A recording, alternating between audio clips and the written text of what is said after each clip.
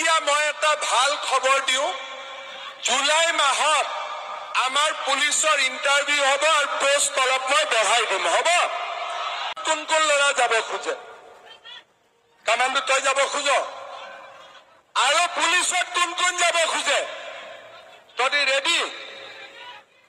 আৰু কোন কোন যাব খোজে? আচ্ছা, ছোৱালী পুলিচত যোৱা আছে নে নাই? তহঁতিও যাব খোজ? ঠিক হা, তই যাবি? দৌৰি আছ? ঠিক আছে। এতিয়া মই এটা ভাল খবৰ দিওঁ, জুলাই মাহত আমাৰ পুলিচৰ ইণ্টাৰভিউ হ'ব আৰু পোষ্ট অলপ মই বঢ়াই দিম, হ'ব? আৰু এই বছৰ 1 লাখ চাকৰি দিয়াটো হৈ গ'ল। এই বছৰ মই আৰু 50,000 নতুন চাকৰি দিম। 50,000 পুলিচ হ'ব, কামাণ্ডো হ'ব, গ্ৰেড 3 হ'ব, গ্ৰেড 4 হ'ব, মেজিষ্ট্ৰেট হ'ব, DSP হ'ব, সাব ইন্সপেক্টৰ হ'ব।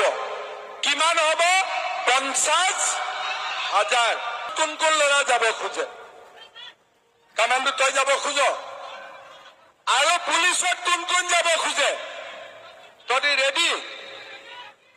আৰু কোন কোন যাব খোজে? আচ্ছা, ছোৱালী পুলিচত যোৱা আছে নে নাই? তহঁতিও যাব খোজ? ঠিক হা, তই যাবি? দৌৰি আছ? ঠিক আছে। এতিয়া মই এটা ভাল খবৰ দিওঁ, জুলাই মাহত আমাৰ পুলিচৰ ইণ্টাৰভিউ হ'ব আৰু পোষ্ট অলপ মই বঢ়াই দিম, হ'ব? আৰু এই বছৰ 1 লাখ চাকৰি দিয়াটো হৈ গ'ল। এই বছৰ মই আৰু 50,000 নতুন চাকৰি দিম। 50,000 পুলিচ হ'ব, কামাণ্ডো হ'ব, গ্ৰেড 3 হ'ব, গ্ৰেড 4 হ'ব, মেজিষ্ট্ৰেট হ'ব, DSP হ'ব, সাব ইন্সপেক্টৰ হ'ব। কিমান হ'ব?